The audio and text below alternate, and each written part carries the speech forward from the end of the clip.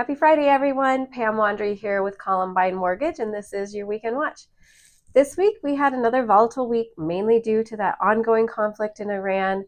The one-page memorandum that was sent of understanding was not well received, the response from Iran, and so Trump did announce their response and also said that if a deal is not made, that there will be more attacks. And so that coupled with the CPI or inflation data that we got this week, everybody anticipated that data to be high because of the oil prices and such, but it even came in a little bit hotter than expected.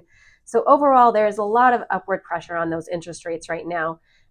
With that, all this information, the Fed, which had a lot of expectations of potentially having some interest rate cuts later in this year, all this ongoing madness right now has basically evaporated any chance of that. So right now, there really is no expectation of any interest rate cuts by the Fed this year.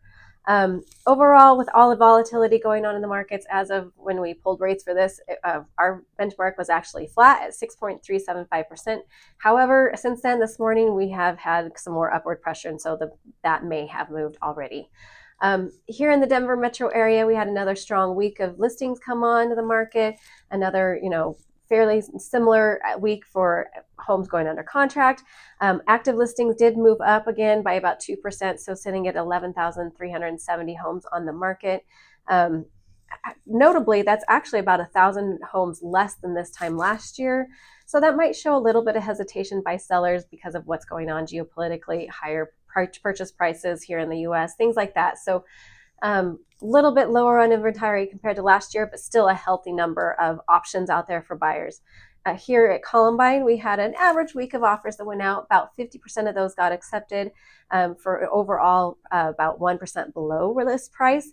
Of the homes that didn't, or offers that didn't get accepted, basically hit competition on all of those, and the homes went for over asking. And so it's a very two-world market out there right now. And so it's really important to have a knowledgeable agent to help you understand the home you're looking at and the market you're in, and to know when and how you can best present your offer, and whether you are able to negotiate on price and get seller concessions and things like that, or if it may require offering a little more than the seller's asking to win.